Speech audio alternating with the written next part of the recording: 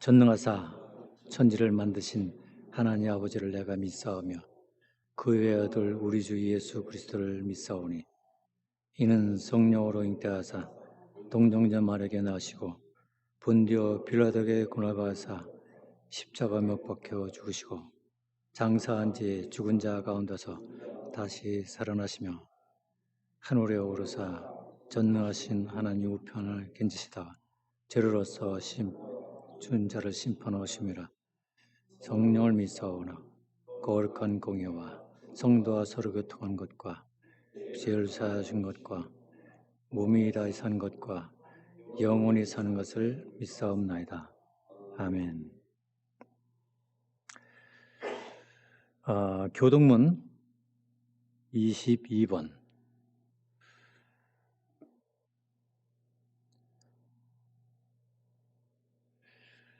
악을 행하는 자들 때문에 불평하지 말며 불의를 행하는 자들을 시기하지 말지어다.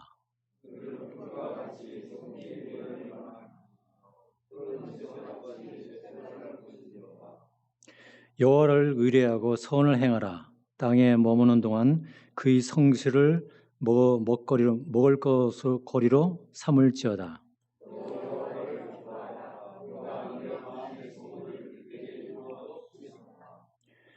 내 길을 여호와께 맡기라. 그를 의지하면 그가 이루시고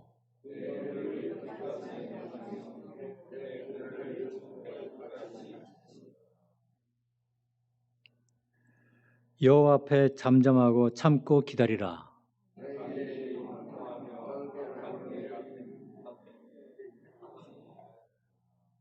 다 같이 분을 그치고 노를 버리며 불평하지 말라. 오히려 악을 만들 뿐이라. 아멘. 찬송가 9장 부르겠습니다.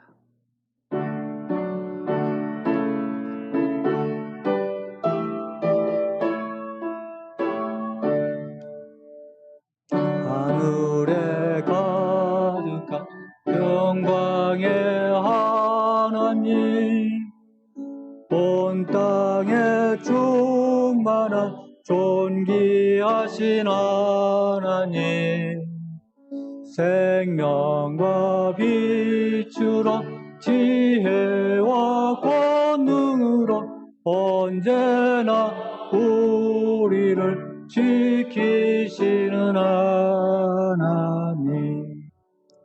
성부와 성부와 성령, 성부의 하나님,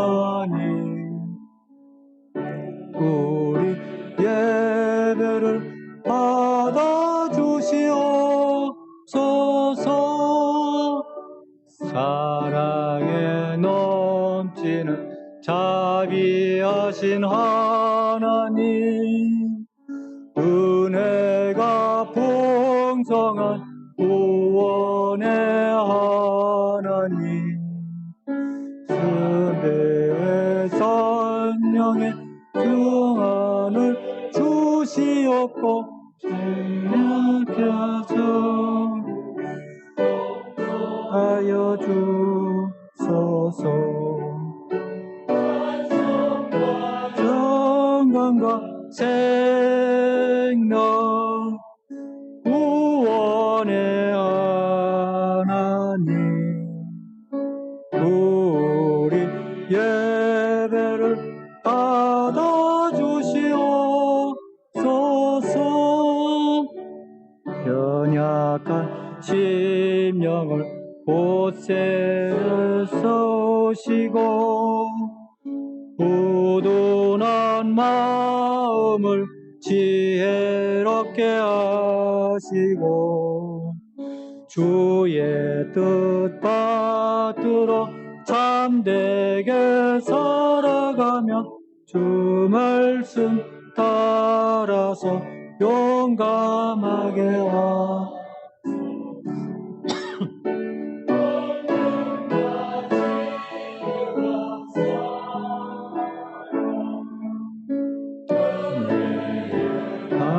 하나님, 우리 예배를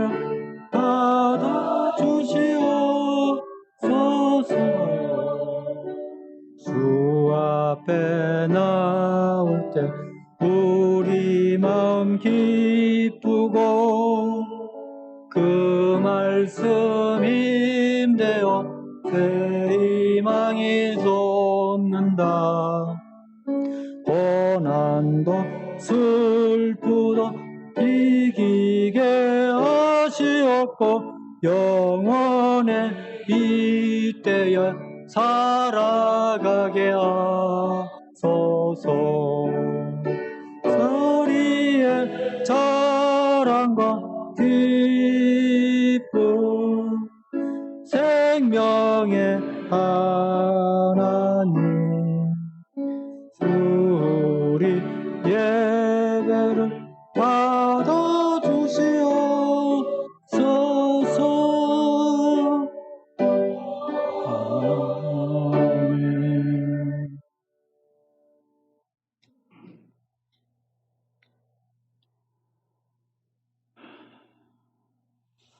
자, 오늘 성경 봉독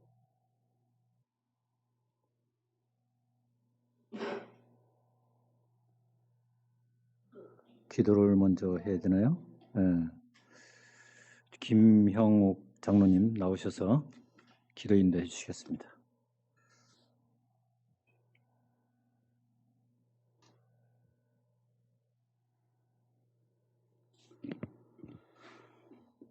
사랑과 은혜가 풍성하신 하나님, 한 주간도 저희 성도들 건강하게 지켜주시옵고 이렇게 또 건강한 모습으로 만나게 해주시니 감사합니다. 일부는 이렇게 만나서 예배를 드리지만 일부는 온라인을 통해서 예배를 드리고 있습니다. 하나님, 이 앞에 우리 나오 성도들 한 주간 지치고 상한 심령을 가지고 나왔습니다. 이 예배를 통해서 상하고 지친 심령이 말씀과 찬양으로 위로받고 은혜 받기를 간절히 소원합니다. 하나님, 저희들이 한 주간 살면서 어떠한 삶으로 살아왔는지 되돌아봅니다. 믿음이 연약해서 아직도 여전히 과거의 습관과 행실을 버리지 못해서 세상에서 죄를 범하고 살아왔고 그 죄로 인해서 주변 사람들에게 많은 상처를 주었음을 또 고백합니다. 이러한 죄를 저지르면서도 적당한 선에서 합리화하고 타협하면서 살아왔음을 또한 고백합니다. 이 시간 예배를 통해서 주님의 십자가의 보혈로 저희들 긍휼히 여기시고 용서하여 주시옵소서. 주님, 제 앞에서 더 이상 머뭇거리지 말게 하여 주시옵소서. 그 제 앞에서 머뭇거리고 흔들릴 때마다 말씀을 의지하게 하여 주시옵소서. 마음을 다하고 뜻을 다하고 행동을 다하여 주님의 말씀을 늘 묵상하고 마음에 새기게 하여 주시옵소서. 그렇게 새긴 말씀들이 단순히 입에만 머물게 하지 마옵시고 우리의 살아가는 삶 속에서 작은 행동으로 또 작은 배려로 옮기며 살아가는 저희 성도들 되게 하여 주시옵소서. 주님, 어려운 코로나로 인해서 사역들이 하나님 정상적으로 진행되기 어려운 상황 속에서도 저희 몸등교회가 목표하고 하고자 하는 그러한 사역들을 중단 없이 진행해 주시니 감사합니다. 이를 위해서 힘쓰고 애쓰신 우리 담임 목사님 영육간의 건강을 지켜주시옵고 함께하는 우리 성도님들 그리고 봉사자, 후원자들 각 직책에 주어진 분량대로 힘을 합하여 이 주변의 어려운 이웃들에게 주님의 풍성한 사랑과 은혜를 베풀어 줄 수 있도록 은혜 내려 주시옵소서. 오늘 단위에 세워주신 목사님 입술에 능력을 더하여 주셔서 준비한 말씀 잘 대응케 하시고 그 말씀을 통해서 그리스도의 비밀과 은혜를 맛보는 시간 되게 하여 주시옵소서. 그 말씀을 통해서 저희들이 한 주간 살아갈 세상에서 하나님의 선하시고 기뻐하시고 온전한 뜻이 무엇인지 분별하며 살아가는 저희 성도들 되게 하여 주시옵소서. 더불어 마음과 육신이 연약하여 함께하지 못한 성도들 기억하여 주시옵소서. 그 아픈 부위에 한량없는 주님의 치유가 임하여서 그 병든 몸과 또 아픈 정신들이 주님의 은혜로 생기가 돋아나게 하여 주시옵소서.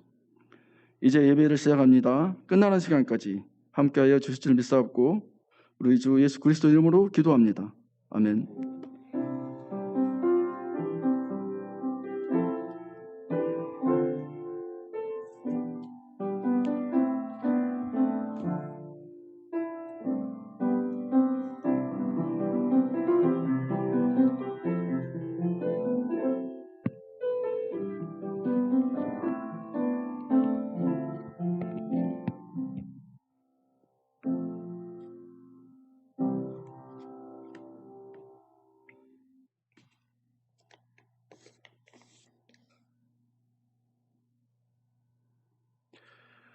성경 봉독 누가복음 11장 1절로부터 13절입니다. 개역 한글판을 읽어드리겠습니다. 예수께서 한 곳에서 기도하시고 마치심에 제자 중 하나가 여짜오되 주여 요한이 자기 제자들에게 기도를 가르친 것과 같이 우리에게도 가르쳐 주옵소서. 예수께서 이르시되 너희는 기도할 때 이렇게 하라. 아버지여 이름이 거룩히 여김을 받으시오며 나라에 임하옵시며 우리에게 날마다 일용할 양식을 주옵시고 우리가 우리에게 죄 지은 모든 사람을 용서하오니 우리 죄도 사하여 주옵시고 우리를 시험에 들게 하지 마옵소서 하라. 또 이르시되 너희 중에 누가 벗이 있는데 밤중에 그에게 가서 말하기를 벗이여 떡 3덩이를 내게 빌리라. 내 벗이 여행 중에 내게 왔으나 내가 먹일 것이 없노라 하면 저가 안에서 대답하여 이르되 나를 괴롭게 하지 말라. 문이 이미 닫혔고 아이들이 나와 함께 침소에 누웠으니 일어나 네게 줄 수가 없노라 하겠느냐? 내가 너희에게 말하노니 비록 벗됨을 인하여서는 일어나 주지 아니할지라도 그 강청함을 인하여 일어나 그 소용대로 주리라. 내가 또 너희에게 이르노니 구하라 그러면 너희에게 주실 것이요 찾으라 그러면 찾을 것이요 문을 두드리라 그러면 너희에게 열릴 것이니 구하는 이마다 받을 것이요 찾는 이가 찾을 것이요 두드리는 이에게 열릴 것이니라. 너희 중에 아비된 자 누가 아들이 생선을 달라 하면 생선 대신에 뱀을 주며 알을 달라 하면 전갈을 주겠느냐? 너희가 악할지라도 좋은 것을 자식에게 줄 줄 알거든 하물며 너희 천부께서 구하는 자에게 성령을 주시지 않겠느냐 하시니라. 아멘.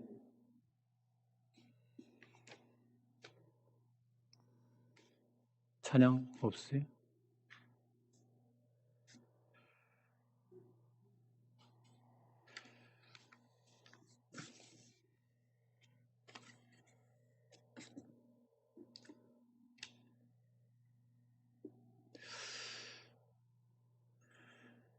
자, 오늘 우리가 함께 나누어야 할 말씀은 강청기도의 비유입니다. 흔히들 강청기도의 능력을 강조하고 그러한 기도를 권장하는 것으로 한밤중에 찾아온 친구의 비유입니다. 많은 사람들이 이 비유를 무엇이든지 하나님께 강청하여 졸라대면은 하나님이 귀찮아서라도 그 기도를 들어주신다는 그런 이상한 해석을 하고 있는 분들이 의외로 많은 것 같습니다. 만약 하나님께서 우리가 원하는 것이 우리에게 거룩한 삶에 도움이 되든 말든 상관없이 꾸준히 반복하여서 열심히 기도하면 그 정성에 감격하셔서 그 기도에 응답을 하시는 그런 분일까요? 여러분, 지성이면은 감청이라는 말 들어보셨죠? 그렇게 지극정성으로 빌면은 하늘도 감복하여서 그 소원을 들어주나요? 하나님은 절대 성도들이 강청으로 드리는 기도의 양이나 기도의 자세나 끈기 등을 고려해서 기도 응답의 과부를 결정하시지 않으십니다. 하나님은 오히려 성도의 기도를 그분의 뜻에 맞게 바꿔내시는 분입니다. 어떤 사람들은 하나님께 귀찮을 정도로 강청 기도를 하고 하나님의 보호자를 흔들면은 하나님이 마침내 기도를 응답하여 주신다는 그런 해석은 하나님을 마치 해결사 정도로 여기는 것입니다. 우리 인간 세상에서도 자식들이 부모에게 무조건 땡깡을 부린다고 해서 그 요구를 다 들어주나요? 우리 인간 세상의 부모들도 그 자식의 요구가 과연 그 자식에게 도움이 될 것인가, 안 될 것인가 생각해서 그 자식의 요구에 응답해 줍니다. 하물며 우리 하나님께서 그분이 목숨과 바꾸셔서 하나님 나라의 백성으로 양육하고 계신 그 자식들의 요구를 그저 끈질김과 강청의 근거를 두고서 응답의 가부를 결정하시겠습니까? 여러분, 기도의 응답을 너무 못 받는 어떤 사람이 나중에 하늘나라에 들어갔다고 합시다. 그런데 하나님께 자기가 기도의 응답을 이렇게 못 받은 이유를 여쭈어보았더니 하나님께서 너는 끈질김과 강청함이 부족하더라. 금식 기도를 열흘 작정해 놓고서 일주일 만에 중단하고 100일 새벽 기도를 작정하고도 90일을 못 채우더라. 좀 더 끈기를 좀 발휘해 보지 그랬어. 이렇게 말씀하셨다면은 그럼 내가 들어줬을 텐데 이러시는 거예요.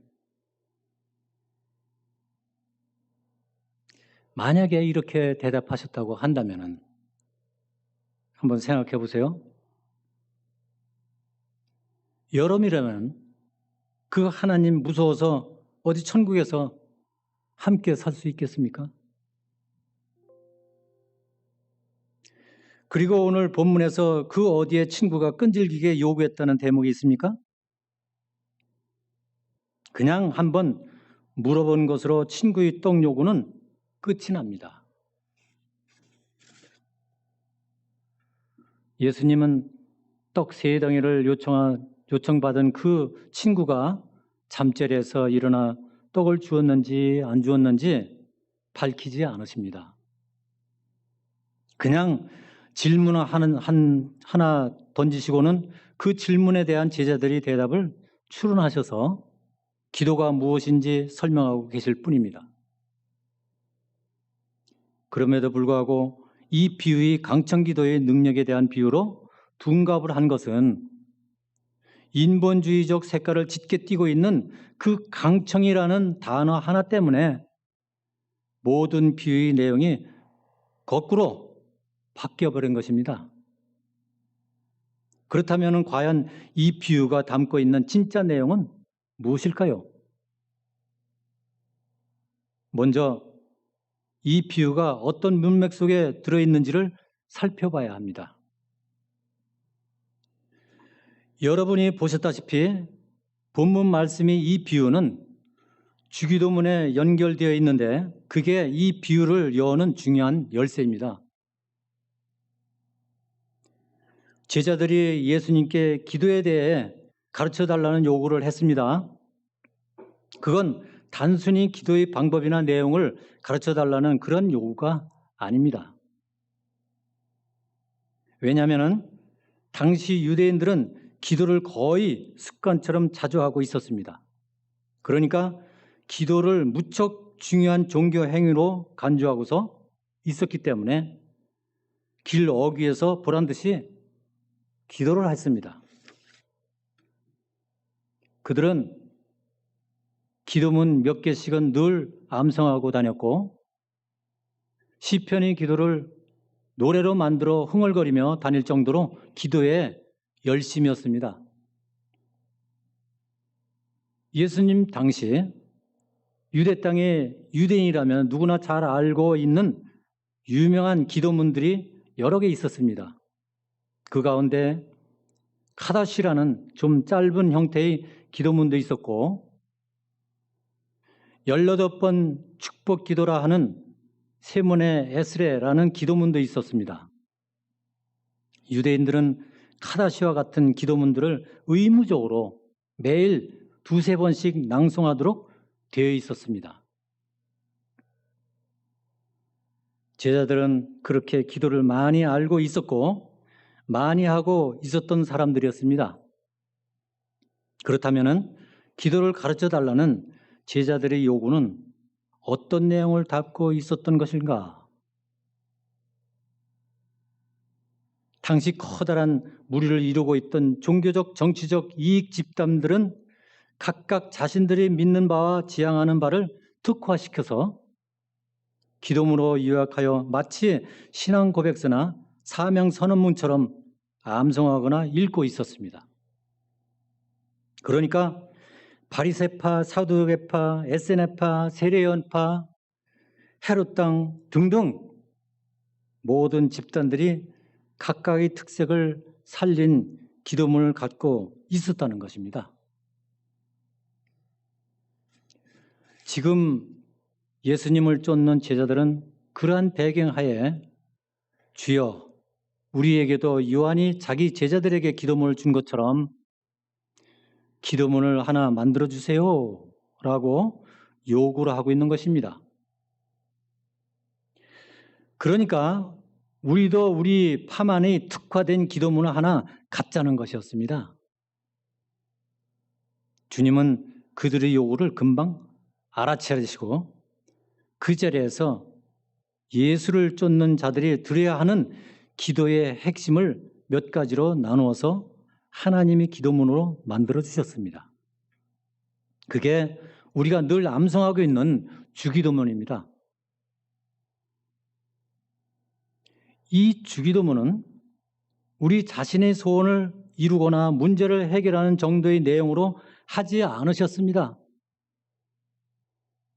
주님이 가르쳐 주신 기도는 우리의 정체성을 규정하고 우리 성도가 도달하게 될 목적지를 소개하고 있는 것입니다. 다시 말씀드려서 내가 지금 무엇을 추구하고 있으며 무엇을 가장 소원하고 있는가로 그 사람의 정체성을 확인할 수 있다는 것입니다. 그러니까 나의 가슴속 깊은 곳의 소원이 나를 정의하고 나의 기도가 그 소원을 표현하는 것이라 한다면 내가 지금 무슨 기도를 하고 있는가가 바로 내가 누구인가를 정의할 수 있는 그 척도가 될 수 있는 것이라 할 수 있는 것이겠죠. 주님께서 우리에게 너는 이렇게 기도하라 하셨다는 것은 우리 성도는 바로 주님께서 가르쳐 주신 그 기도의 내용 안에 들어있는 것들을 소원으로 가지고 살아야 하는 것이며 그러한 소원을 가지고 사는 이들로서 나의 그 정체성을 정확하게 정의해 보라고 우리에게 기도문을 주신 것입니다. 그러니까 지금 주님은 우리에게 기도문을 하나 만들어 우리 색깔을 규정하고 찾아주세요 라는 제자들이 그 요구에 너희들은 이렇게 살게 될 것이고 이러한 완성 지점으로 갈 것이다 라고 분명하게 대답을 해 주신 것이 주기도문입니다. 그런데 주기도문 앞에 쓰인 동사가 전부 부정과거 시제입니다. 좀 어려우시겠지만 잘 들어보시기 바랍니다. 이 부정과거 시제는 과거에 이미 일어나 버린 그 이례적 사건을 가리키는 것입니다. 그리고 이 부정과거 임페라티브라는 그 명령어로 쓰이면은 과거의 의미와 현재의 의미와 종말론적 의미를 함께 포함하게 되는 것입니다. 그래서 예를 들어 우리가 나라에 임하옵시며 라고 기도할 때 그 안에는 나라는 이미 임했고 임하고 있고 또 반드시 임할 것이라는 뜻이 모두 담겨 있는 그런 말씀입니다. 과거, 현재, 미래에 하나로 연결이 되어 있는 것입니다. 그러니까 이미 이루어진 것이다 라는 얘기입니다, 이게. 그런데 주기도문의 그 모든 동사가 부정과거 명령형입니다. 그러니까 주기도문은 과거에 이미 임한 것과 현재 진행 중인 것과 종말의 현실이 모두 그려져 있는 이미와 아직의 교리를 선명하게 보여주고 있는 기독교의 핵심 교리의 보고인 것입니다. 그럼 주기도문의 모든 기도가 겨우 우리가 이 땅에서 먹고 살 그 양식에 관한 기도했단 말인가? 아닙니다. 만일 그렇다면 성경 자체에 모순이 일어납니다. 이 주기도문이 기록이 되어 있는 그 마태복음으로 가면은 오늘날 우리에게 일용할 양식을 주옵시고 라는 그 어구 바로 밑에 이런 구절이 있습니다. 마태복음 6장 25절을 봅니다. 그러므로 내가 너희에게 이르노니 목숨을 위하여 무엇을 먹을까 무엇을 마실까 몸을 위하여 무엇을 입을까 염려하지 말라. 목숨이 음식보다 중하지 아니하며 몸이 의복보다 중하지 아니하냐. 바로 위에서는 일용할 양식을 구하라고 하고 금방 밑에서는 먹을 것, 마실 것, 입을 것에 대해 염려하지 말라고 하십니다. 그럼 어떤 걸 우리는 쫓아야 할까요? 여기서 우리는 아주 중요한 사실을 배우게 됩니다.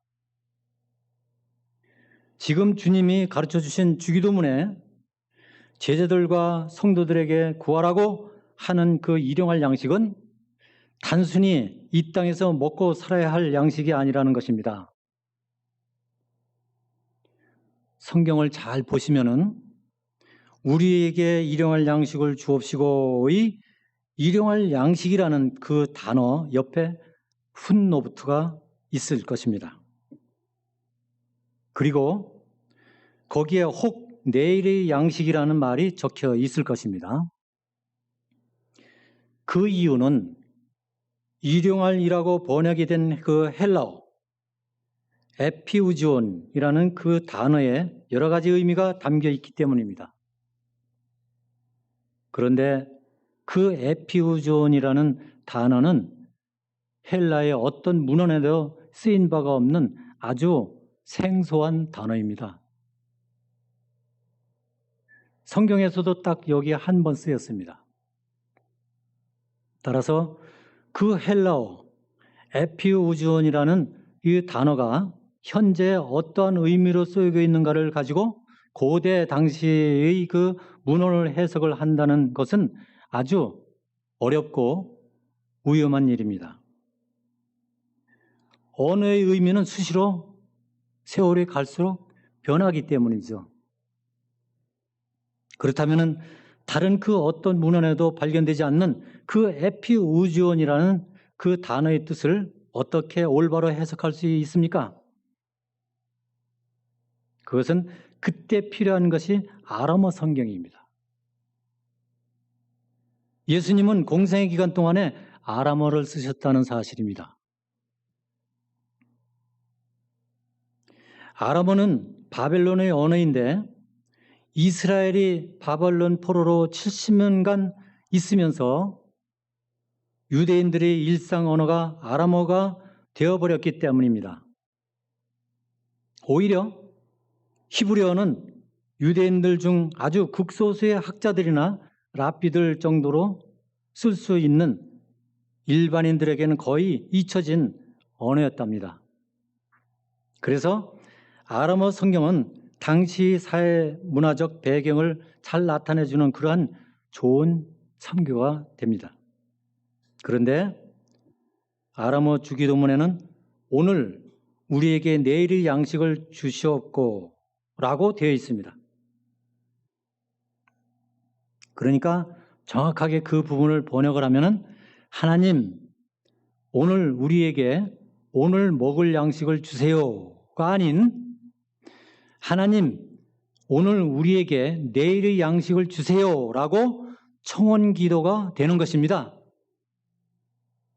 그러면 성경이 자체 모순을 일으키지 않아도 되지 않습니까?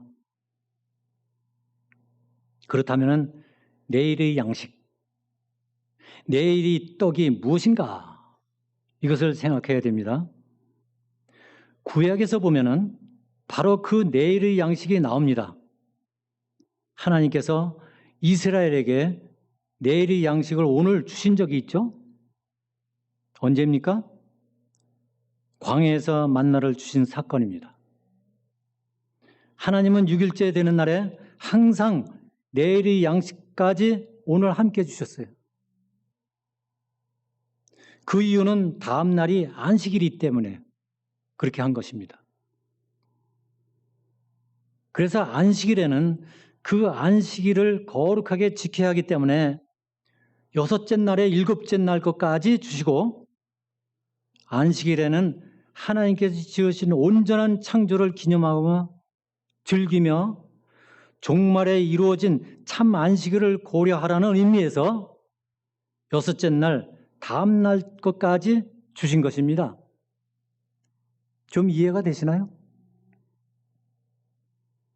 그렇게 6째 날 내일의 양식까지 주심으로써 안식이라는 것이 무엇인지를 배우게 하시고 아울러 그 안식의 날은 반드시 온다는 것과 너희들은 반드시 약속의 땅에 들어가 안식을 누리게 될 것이라는 걸 확인시켜 주신 것입니다. 안식의 날인 내일이 오지 않을 것이라면 하나님께서 굳이 내일의 양식까지 오늘 주실 필요가 없었겠죠. 그러니까 이스라엘은 6째 날에 벌써 7째 날이 그 양식인 내일의 양식을 소유하고 있음으로 해서 7째 날을 미리 누리면서 살 수 있었던 것입니다. 그래서 성도는 이 땅에서 6째 날을 살면서 완성의 날인 7째 날을 살 수 있는 것입니다. 어떻게? 내일의 양식을 가지고 그렇게 살아면 돼요.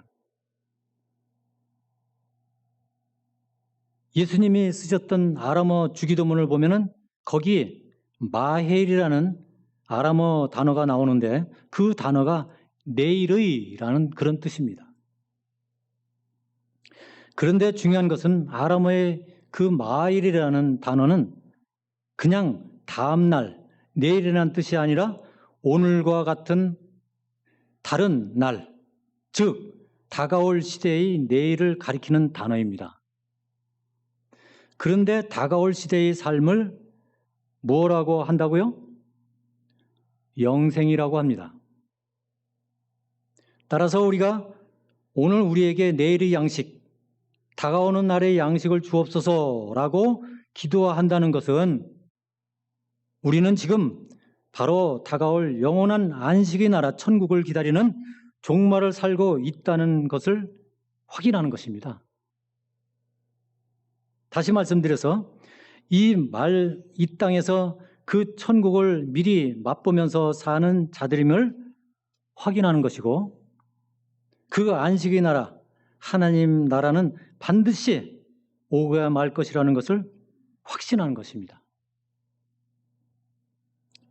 우리는 다가올 내일, 즉 하늘나라를 살게 될 하늘나라의 백성입니다. 그래서 우리는 이 땅에서 저와 하늘의 것으로 먹고 마시는 자들인 것입니다. 그 나라를 통치하시는 왕이 주시는 것으로 만족하며 그 나라를 준비하며 사는 자들이라는 것입니다. 우리는. 그러면 그 하늘의 양식이 무엇입니까? 바로 하늘의 떡, 하늘의 양식이신 예수를 가르치는 것입니다. 그분이 떡이랍니다.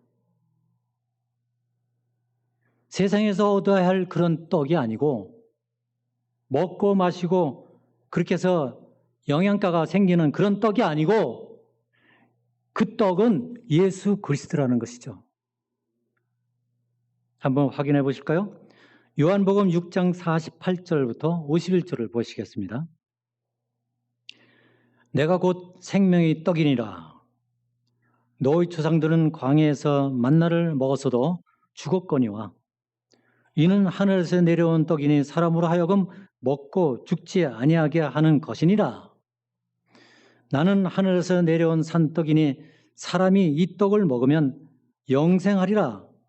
나의 줄 떡은 곧 세상의 생명을 위한 내 살이로라 하시니라. 바로 이 말씀이에요.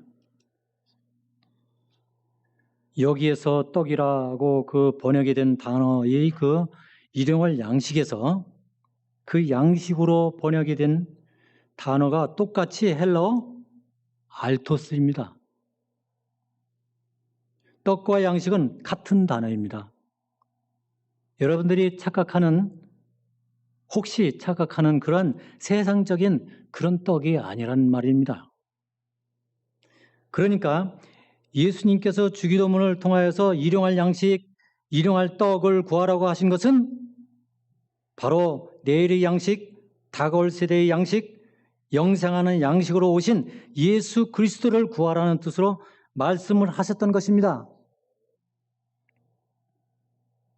그러므로 그 예수에 의해 죄가 사해지고 그 예수에 의해 하나님 나라가 완성이 되며 그 예수에 의해 하늘에서 이루어진 뜻이 땅에서도 이루어지게 되는 것이고 그 예수에 의해 하나님의 공의가 채워져서 율법의 시대가 가고 우리가 우리에게 죄 지은 자를 율법의 형벌로 정죄하거나 심판하지 않고 용서할 수 있는 은혜의 시대가 온 것이며 그 예수에 의해 하나님의 이름이 거룩하게 회복이 된 것입니다. 그래서 주기도문의 가장 가운데 내일의 양식, 내일의 떡이 자리를 차지하고 있는 것입니다. 중요하기 때문에. 그러니까 주기도문의 핵심은 내일의 양식이신 예수 그리스도이신 것입니다. 바로 그 양식 떡에 관한 구체적 설명이 바로 떡을 구하는 친구의 비유에 담겨져 있는 것입니다. 그래서 그 비유가 주기도문과 붙어 있는 것입니다. 역시 그 비유에 등장하는 떡도 알토스입니다. 당시 유대인들은 더운 날씨를 피해 밤에 주로 여행을 하곤 했습니다. 그리고 여행길에 식당이나 여관이나 거의 없던 시대이기 때문에 늦은 밤에 목적지에 도달하여서 숙식을 해결하는 것이 다반사였습니다. 그렇게 한밤중에 찾아온 친구가 떡을 좀 달라고 한 것입니다. 그런데 그 집에는 떡이 없었어요.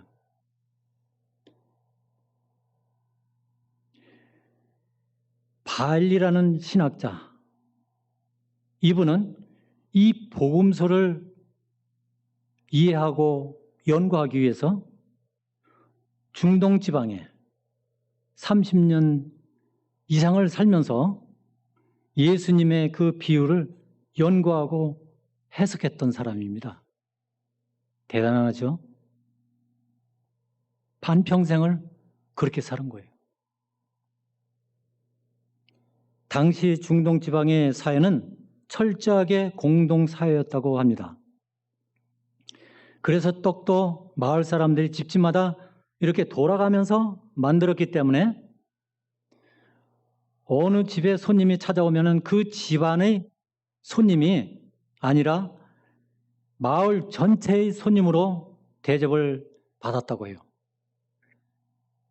그러한 문화적 배경이 있었기 때문에 성경에 나오는 대표의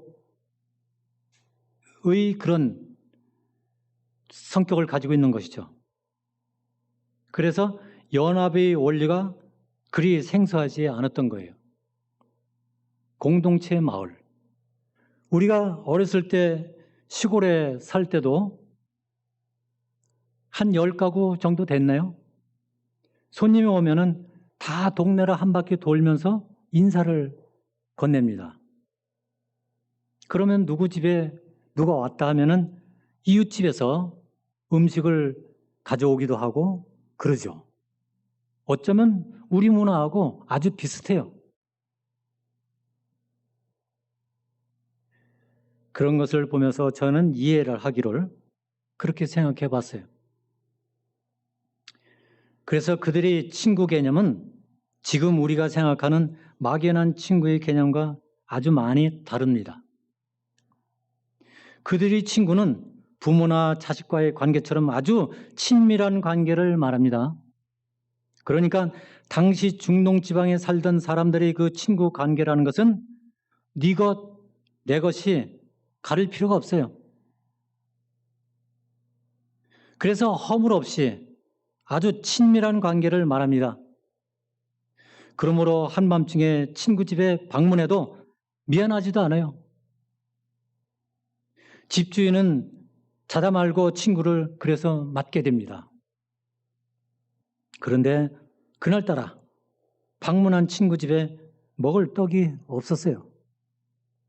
그래서 떡을 얻으러 오고 그날 떡을 만든 친구의 집으로 갔더니 그 집주인 친구가 아이들과 함께 깊은 잠을 자고 있었습니다. 그런데도 떡을 제 것처럼 3덩이를 요구한 것입니다. 그러니까 당시 풍습하에서 밤늦게 찾아온 친구 손님은 마을 전체의 손님인 것이죠. 예수님은 그런 상황을 이렇게 설정해 놓으시고 질문을 하나 제자들에게 던지시는 거예요. 누가복음 11장 6절부터 7절을 보시면은 내 벗이 여행 중에 내게 왔으나 내가 먹을 것이 없노라 하면 그가 안에서 대답하여 이르되 나를 괴롭게 하지 말라. 문이 이미 닫혔고 아이들이 나와 함께 침실에 누웠으니 일어나 내게 줄 수가 없노라 하겠느냐? 이 질문은 제자들에게 실수를 금치 못했습니다. 제자들은 다 아는 사실이에요. 그러니까 속으로 우리 예수님 다 아는 거 왜 저런 말을 하실까? 우스운 거죠.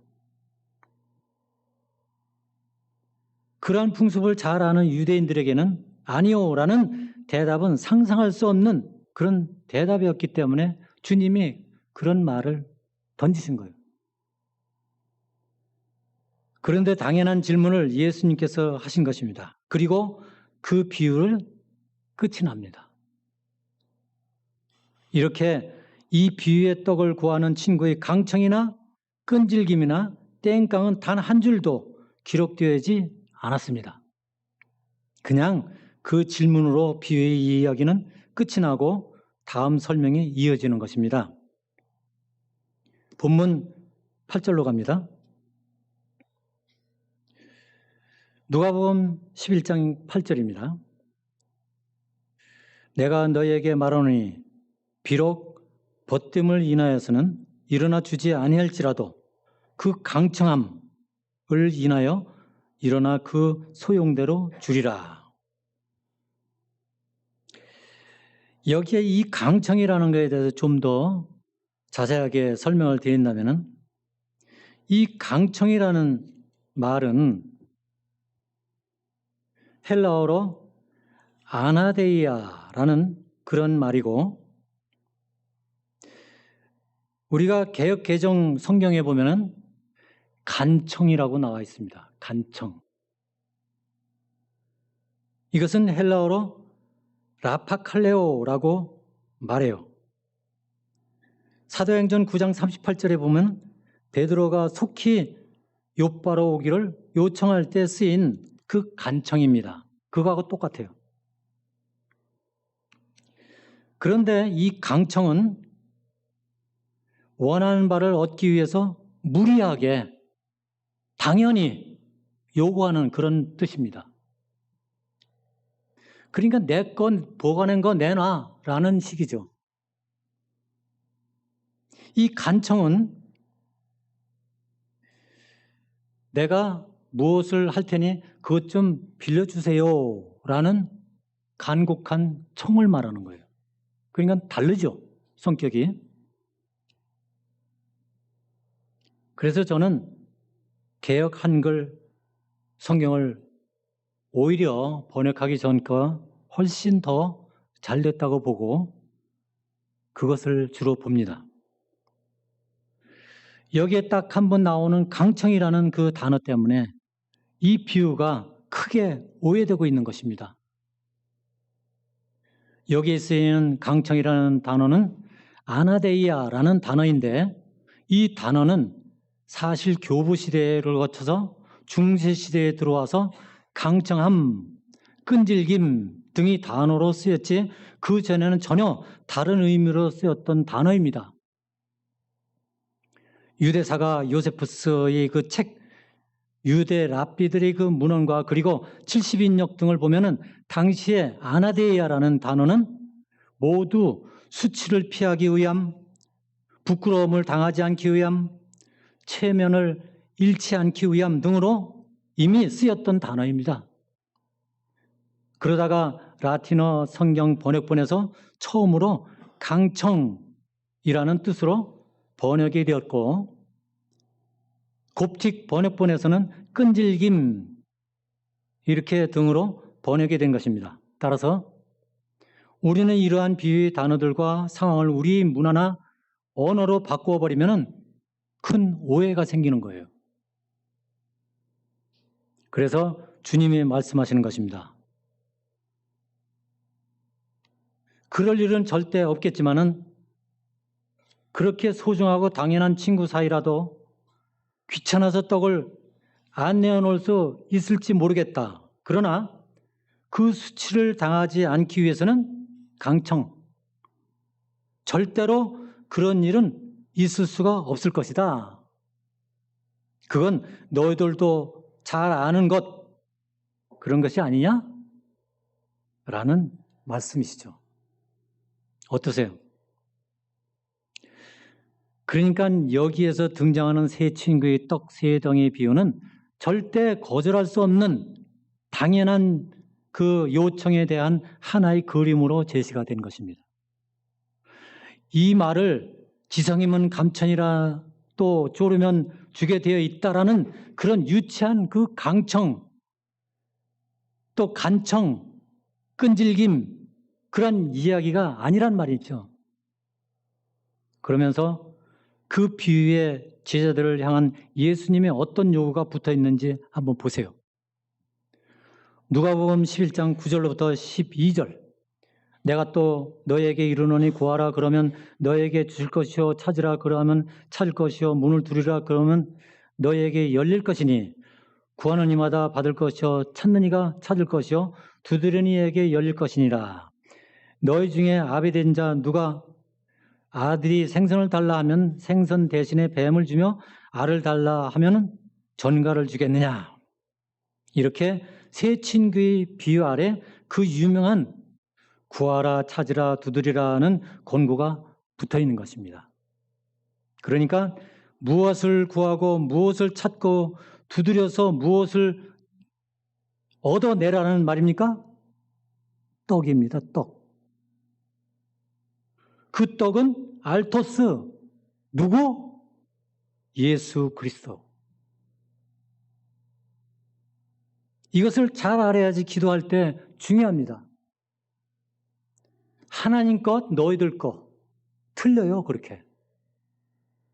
하나님 것을 가지고 이 땅에서 구하는, 나의 욕심대로 구하는 그런 것이 아니란 말이죠. 물론 이 땅에서 필요한 것 달라고 하세요. 그러면 하나님께서 그 사람에게 필요한 것이라면 주시죠. 어떨 때 주신다? 하나님께 영광이 될 수 있는 그런 어떤 재물, 도구, 기회, 착한 일, 그런 거 할 때 주신다는 것이죠. 내 욕심으로 하는 것이 아니란 말입니다. 그래서 이런 걸 모르니까 인본적인 그런 어떤 이야기로 갖다 붙여대니까 주여 주시옵소서 안 주면 난 죽을 겁니다 라고 강청기도라고 하는 거예요. 아주 잘못된 것이죠. 그런데 주기도문에 의하면 그 떡은 우리에게 이미 어떻게 됐어요? 주어졌대요. 이미 주어졌대요. 부정과거 시제로 이미 우리에게 주어진 것입니다. 그렇다면 우리 성도가 하늘의 양식인 예수를 열심히 구하고 찾고 두드려서 얻어내야 한다는 말은 또 무슨 말입니까? 예수라는 하늘의 만나를 먹은 자로서 하늘 백성다운 삶, 예수 같은 삶, 자기 부인과 십자가의 삶을 추구하라는 말인 것입니다. 그 일을 해 주러 오신 분이 누구입니까? 지금 성령님이십니다. 그래서 이 비유의 결론이 13절로 끝나게 되는 것입니다. 13절 보시겠습니다. 너희가 악할지라도 좋은 것을 자식에게 줄 줄 알거든 하물며 너희 천부께서 구하는 자에게 성령을 주시지 않겠느냐 하시니라. 성령을 주신대요. 그러니까 주기도문으로 시작하여서 세 친구의 비유로 끝이 나는 누가복음 11장의 전체 내용인 것입니다. 하늘의 떡을 먹은 성도는 하나님 나라의 백성다운 삶, 즉 떡을 먹은 자로서 떡을 닮은 삶을 당연히 추구하게 되는 것이며 또 아버지는 반드시 그 추구를 완성시키시고 성취시키는 것이며 이 일의 보증으로 성령이 와 계신 것입니다. 그게 구속사 전체를 그 내용으로 담고 있는 것입니다. 어떠세요? 여러분이 알고 있는 강청기도의 능력과 완전히 반대되지 않나요? 이 세상 것들은 하나님께서 강청해서라도 얻어내고야 말겠다는 그런 시도는 이제부터 잊으셔야 돼요. 우리는 하늘의 떡과 하나님 나라의 도래를 기다리며 하나님 이외의 이 세상 것들로 나를 행복하게 하려는 더러운 죄성과 싸우는 성도들입니다. 그런 것들을 얻어내는데 혈안이 되어 있는 세상 마귀들이 아니라는 것을 여러분들은 잘 아시고 하나님이 기뻐하시는 신실한 백성으로 지어져가고 있음을 감사하게 생각하시기 바랍니다. 그리고 특별히 여러분들에게 말씀드리고 싶은 것은 우리 성도들은 종교의 자유가 있는 자유민주주의 나라, 이 땅, 대한민국에서 태어나시고 이 광야교회 공동체에서 주님을 함께 믿고 마음껏 예배하며 찬양하며 기도드리며 신앙생활을 할 수 있다는 것을 무엇보다도 감사하게 생각하시기 바랍니다. 기도하겠습니다. 하나님 아버지, 이렇게 강청에 대한 기도, 비유를 말씀드렸습니다. 주님께서 가르쳐주신 대로 최선을 다해서 말씀을 전했습니다. 감사드립니다. 또한 이 말씀 새겨듣게 하여 주시고 주님께서 더욱 큰 것으로 채워주시옵소서. 감사드리며 우리 주 예수 그리스도 이름으로 간절히 기도드립니다. 아멘.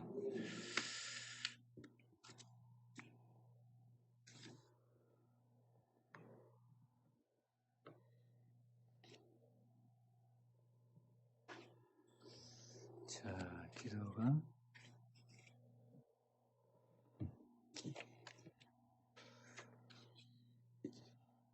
어디 날라갔나?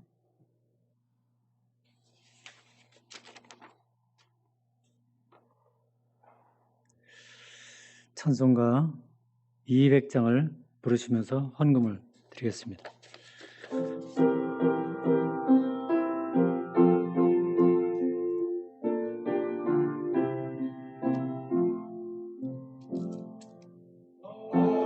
꼬면 그 말씀 생명의 말씀은 귀한 이 말씀 진실로 생명의 말씀은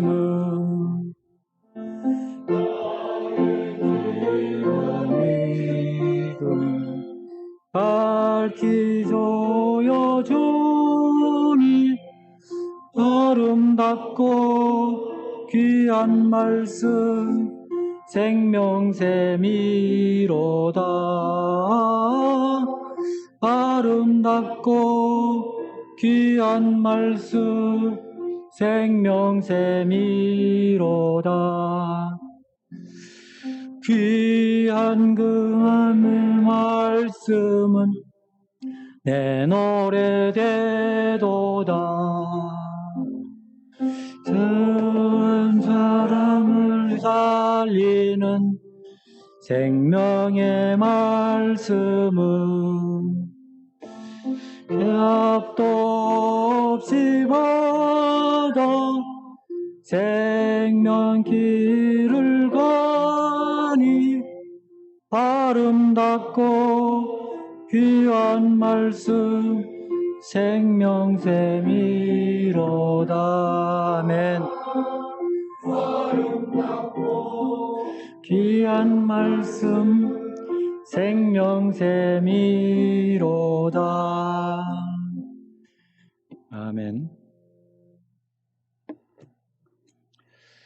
자, 기도하겠습니다. 사랑의 하나님, 이렇게 하나님 말씀을 듣고 배우고 하여서 감사한 마음으로 주님께 세상에 나가 일하고 보는 것 중에 일부를 감사한 마음으로 드립니다. 주님께서 그 노고를 위로하시고 그 감사한 마음으로 드린 헌물을 주님께서 기뻐 받아 주시옵소서. 없어서 못 드린 손길에게는 위로하여 주시고 또 기회가 되면 더 많은 것으로 주님께 감사하는 마음을 표할 수 있도록 인도하여 주시옵소서. 이 헌물이 쓰이는 곳에 주님께서 역사해 주시고 주님께서 영광 받아 주시고 또 이 세상에 살아가면서 일하는 이 성도분들 머리 위에 많은 축복으로 채워 주시옵소서. 감사드리며 우리 주 예수 그리스도 이름으로 간절히 기도드립나이다. 아멘.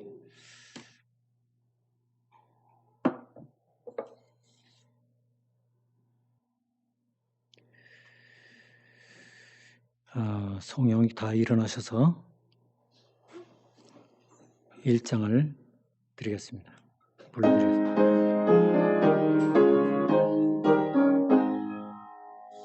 만복의 근원 하나님 온 백성 찬송 드리고 저 천사여 찬송하세 찬송 성부 성자 성령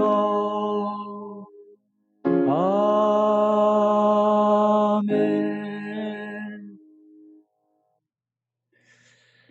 지금은 우리 주 예수 그리스도의 은혜와 성부 하나님 아버지와 성자 예수 그리스도 성령님의